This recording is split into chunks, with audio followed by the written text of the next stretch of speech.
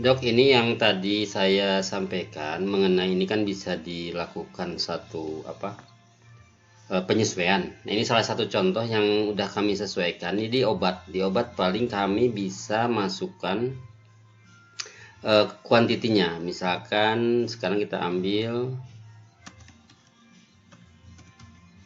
ya omeprazole misalkan. Nah, ini disampaikan stoknya ini. Ya, jadi dokter bisa melihat berapa stoknya. Kalau yang stoknya 0, ini akan stok sama dengan 0. Nah, mungkin ke depan bisa dikasih warna merah yang stoknya 0, karena kalau dihilangkan dari list ini akan menyulitkan, seolah barang itu tidak ada padahal stoknya kosong. Nah, ini gambaran mungkin yang bisa kami, salah satunya yang bisa kami update gitu. Dan satu lagi kami sampaikan bahwa ini adalah bentuk-bentuk ini sebenarnya berhubungan dengan dengan unit lain, yaitu unit akreditasi gitu loh. Jadi di sini ada misalkan kita lihat yang edukasi gitu. Nah, ini ada satu. Nah, ini ada satu kondisi ya. Ini ada strip-strip ini. Ini untuk berkas pasien, untuk kelengkapan pasien ya, KLPCM, untuk mungkin diakreditasikan ditanyakan kelengkapan dokumen sejauh mana. Nah, ini di KLPCM. Jadi ini akan mengacu eh, ke ke belakang, ke kelengkapan berkas, sehingga dibuat seperti ini. Ini mungkin jadi pertimbangan. PCM-nya bisa dilihat. Nah, ini ada contoh laporannya, persentase kelengkapan for assessment medis rawat jalan. Nah, di sini kan ada persentase 100%, ada ini. Nah, ini ke sini larinya di kelengkapan dokumen. Nah, kalau ini tidak difikirkan, nanti malahnya jadi ke belakangnya tetap manual. Sedangkan akreditasi menuntut kelengkapan dokumen itu 100%. Nah, karena ada strip-strip tadi itu jadinya 100%. Nah, dari sini selain ke KLPCM juga itu nyambung ke eh, transaksi ke apotek ya. Pada saat dia dokter menyimpan ini langsung ke antrian apotek di sini. Dia langsung memilih antrian apotek. eh, si pasien itu tidak lagi mengambil antrian. Nanti antrian apotek di sini, dan ini lari lagi ke waktu tunggu pasien untuk Viklaim versi 2. Ya, di sini di apotek ada namanya waktu tunggu pasien rawat jalan. Nah, di sini juga ada masuk ke list order. Setiap transaksi dokter yang dari rawat jalan untuk pasien BPJS masuk ke depo rawat jalan untuk pasien BPJS. Kalau misalkan pasien swasta itu larinya ke depo reguler. Nah, dia prosedurnya berbeda. Jadi dia masuk ke reguler, dari reguler bayar ke kasir baru ambil obat. Itu juga untuk pengamanan, jangan sampai pasien itu datang lalu pergi. Itu satu. Nah, kemudian yang tadi juga ini obat ini sudah masuk. Apabila di ini ada di planning, kita masukkan ini obatnya dimasukkan di planning sini. Jadi obat itu akan masuk setiap apotek sudah melakukan transaksi obat tersebut, dia akan tersimpan di CPPT ya, di CPPT yang berikutnya, nanti tentu yang berikutnya ya. Dia nanti bisa dilihat di CPPT ini ya, bisa dilihat di CPPT ini. Nah, ini obatnya muncul. Jadi obatnya apa saja yang diberikan di tanggal 11 bulan 4 misalkan itu. Ini riwayat pasien. Jadi untuk penyimpanan obat juga otomatis muncul di CPT. Nah, nanti tinggal di sini UI-nya mau kayak bagaimana, itulah yang harus disesuaikan dengan kebutuhan dokter di sana. Oh, dokter nyamannya obat ini historinya simpan di mana, itu mangga. Nanti sambil jalan kita tentu ada penyesuaian. Nah, ini juga yang di yang kami berikan kemudian ke sisi rumah sakitnya. Nah, dari sini larinya kemana? Ke obat, kemana, ke segala macam. Ini nyambung juga dengan penagihannya BPJS. Yaitu namanya di e-claim. Kita ambil misalkan contoh yang tanggal 27 ini misalkan. Nah, ini di sini udah otomatis. Di sini udah ketarik SEP-nya ya. Ini SEP-nya si ini bisa ditarik ya. Di ini SEP lalu billing ya. Jadi billingnya juga bisa ditarik ya. Ini ini billing pengobatannya, obatnya berapa, dan ini juga langsung membagi. Ini hanya obat yang 7 yang masuk, yang dibayarkan melalui sini. Karena obat yang 23-nya, ya, obat yang 23-nya itu akan dimasukkan di di penagihan tersendiri. Nah, ini kan 14, berarti kan 60, ya. Yang 60 ini ditagihkan ke ini ya 34.000 gitu loh. Ini dari sisi billingnya. Nanti juga bisa lihat resepnya. Resepnya kita tarik di sini. Ya, ini juga resepnya, ini resep obatnya muncul di sini. Ini juga langsung berarti jadi resep elektronik. Nah, resume yang tadi juga bisa ditarik di sini. Jadi resume pasiennya juga bisa ditarik di sini yang diisi oleh dokter. Jadi dari sini udah nyambung ke sini, tinggal di create SAP. Ini ke sisi lain ya, bukan sisi elektronik rekam medis. Di sisi lain. Itu kalau pasien rekam medis, pasien BPJS. Kalau swasta beda lagi, dia langsung ada di kasir. Jaminan lain juga beda lagi, dia langsung nyari di jaminan lain. Nah, di sisi lain nanti di sini tinggal gabung ini bagian bagian tersendiri, di mana nanti dia akan tergabung secara langsung oleh sistem itu hanya berdasarkan tahun, bulan, dan tanggal. Itu langsung meng-create nomor SEP ini gitu loh. Nah, ini jadi maksud saya ini RM ini memang kita pikirkan sampai ke belakang, tidak cuman kepentingan untuk satu sisi. Nah, karena apa? Karena otomatis penagihan rumah sakit itu berefek terhadap semuanya. Nah, termasuk juga kepada jasa dokternya, termasuk pada semua yang terkait di rumah sakit gitu loh. Sedangkan nanti di sisi rekam medis, kami menyediakan di sini. Ini rekam medis itu dia kan gudang status. Nah, status ini otomatis sudah tergabung di sini dari mulai asesmen medisnya, riwayat-riwayatnya, lalu CPPT-nya, di sini juga tuh masuk obatnya gitu kan. Kalau di sini pada saat dilihat CPPT-nya ini masing-masing per tanggal dilihatnya gitu. Nah, ini di sini lalu nanti juga ada riwayat obatnya gitu kan semuanya. Nah, ini semua ini sebagai gudang.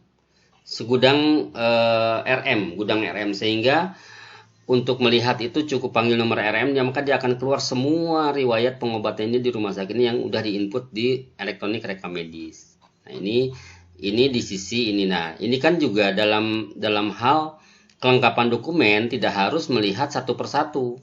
Ya, di sini misalkan kita lihat yang asesmen medisnya lengkap tidak lengkap. Nah, ini tidak perlu karena sistem otomatis udah akan mengisi kelengkapan data ini, yang strip-strip ini dianggap lengkap gitu loh. Yang tadi yang diperlihatkan hasilnya di finalnya di situ. Nah, ini mungkin perlu dipertimbangkan juga karena ini kami coba menyajikan sistem ini keseluruhan untuk ke belakang, bukan cuma di sisi transaksional pelayanan saja.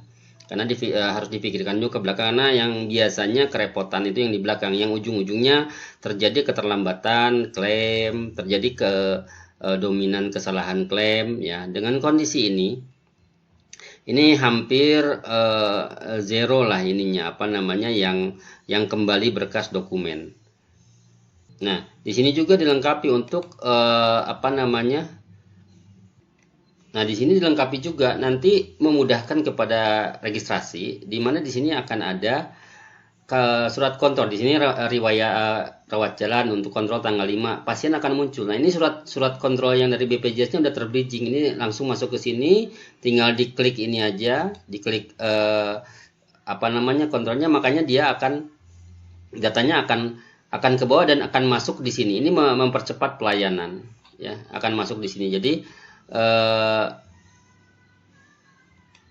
sebenarnya itu memudahkan, termasuk yang akan dari surat kontrol ini, misalkan yang ke radiologi, yang harus lab rutin dan lain-lain, semua ini masuk. Jadi ini karena yang memang terbridging dari mulai registrasi, elektronik rekam medis, rawat inap, lalu juga ke ke sisi lain untuk semua yang berhubungan dengan urusan P-Plus 2 termasuk antrian, ini sudah tergabung semua. Nah, ini yang kondisi-kondisi yang ada di ini memang kalau mesti mengenai tampilan mungkin bisa disesuaikan dengan kebutuhan. Hanya mungkin kami lebih cenderung lari ke sisi ke sisi fungsi di rumah sakit, sehingga satu kali input ini ke belakang udah nggak repot lagi. Mungkin ini gambar tadi ada beberapa yang kami update dok, yang tadi memang sudah ada, yang diminta tadi ini hanya yang tadi yang stok ya, yang stok obat, lari ke apotek, ini langsung ke sini. Ini juga ke bridging ke Antrol, karena di sini harus ada status bahwa pasien selesai dilaksanakan itu menjadi selesai waktu tunggu pasien. Jadi dari bridging P-Claim versi 2-nya ini. Mungkin itu yang bisa saya tambahkan dok. Dari registrasi juga ini nyambung semua, registrasi ke poli, ke rawat inap. Oh iya, ini satu lagi saya perlihatkan. Ini juga ada namanya yang tadi, yang pasien rawat inap. Di sini pada saat nah ini diklik di rawat inap, bila dokter tersebut mempunyai pasien di rawat inap, dia akan muncul. Jadi misalkan ini salah satu dokter ini akan muncul, ini pasien yang sedang dirawat sama dia. Di sini tinggal di klik saja pasiennya untuk bisa masuk ke elektronik rekam medis rawat inap. Ya, di sini masuk ke elektronik rekam medis rawat inap, dan di sini ada tambah fasilitas, tambah dokter. Ini apabila dokter memerlukan dokter lain ya. Jadi misalkan dokter yang mana yang lain misalkan diindikan, misalkan dia ambil dokter ini, nah ini nanti akan muncul, tinggal ditambahkan aja misalkan dokter saraf. Nah di sini semua berjalan untuk order lab, order radiologi, untuk order obat, semua ada di rawat inap ini. Nah di sini ada satu kondisi yang berbeda dengan rawat jalan, di mana di rawat inap ini, di sini di rawat inap ini ada resep 1, resep 2 gitu kan.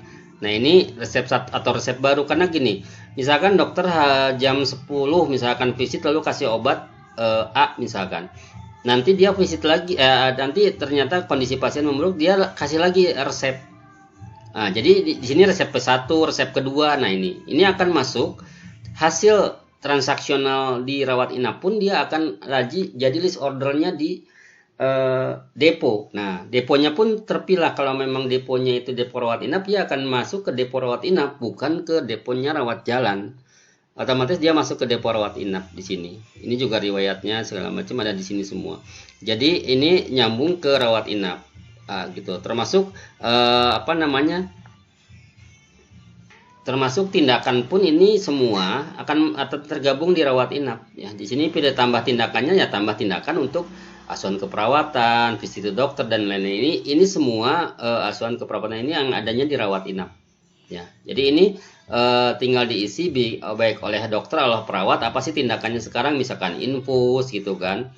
Nah, bisa kita tambah tindakan di sini, misalkan tindakan keperawatan di sini pilih, lalu sini setelah dipilih tinggal pilih misalkan infus atau apa, di sini tinggal pilih ya. Ini untuk di rawat inap. Jadi tindakan rawat inap ini jangan khawatir, semua akan tertarik di billing kasir, maupun yang kalau swasta itu lari ke kasir swasta, kalau pasien non swasta ya lari ke jaminan, ke BPJS. Jadi cukup ini semua.